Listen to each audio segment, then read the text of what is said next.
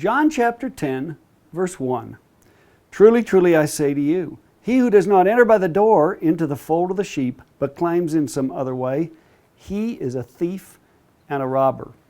What I want to share with you today is that I believe God intended that a father is meant to be the door to his daughter's heart.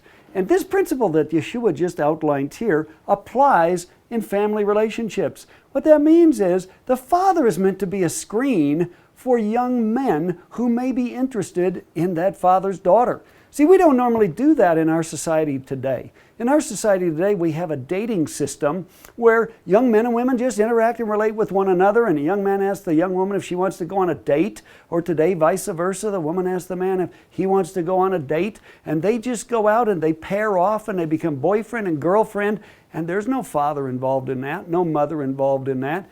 I believe that is absolutely contrary to God's plan. And what Yeshua actually said is that somebody who doesn't go through the door is a thief and a robber. Who is the door to a young woman's heart? Her father. Her dad is supposed to be that door.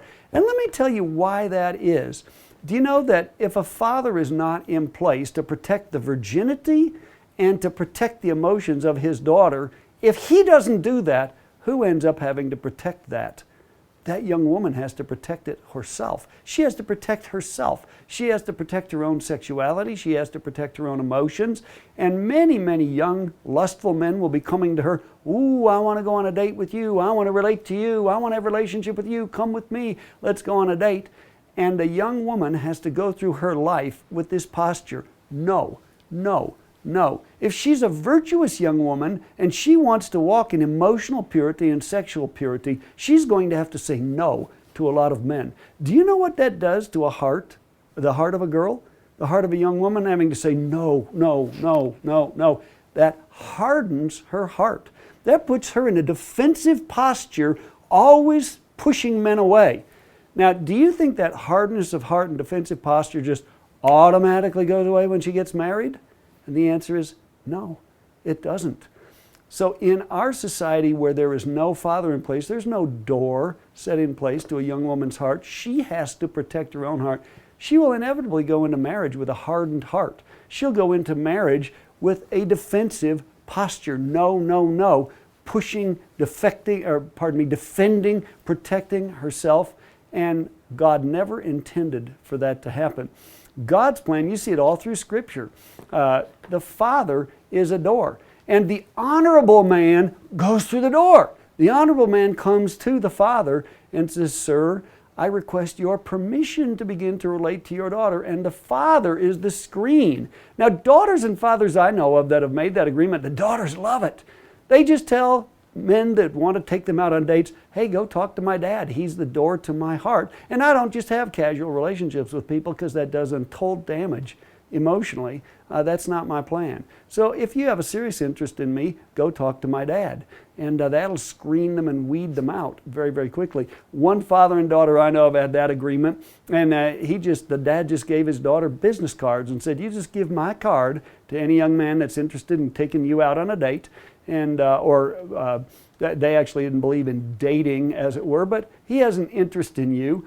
And so the daughter did. Well, there was a young man that came, and the daughter would tell her dad in advance, Dad, get rid of that one. And the dad could be the screen to reject the ones. But here was one that came that she did have an interest in. This young man came and said, Sir, I have an interest in your daughter.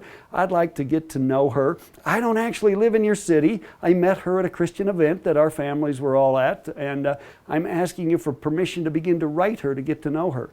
The dad said, I don't know you from Adam. I don't know your family. I don't know what God is doing in your life. No, I don't give you permission to write my daughter. Here's what I will do. I'll give you permission to write me. Now, many young men would rebel against that. How dare you? What do you mean? I'm not even trying to see her. I'm just trying to write her. But this young man trusted God.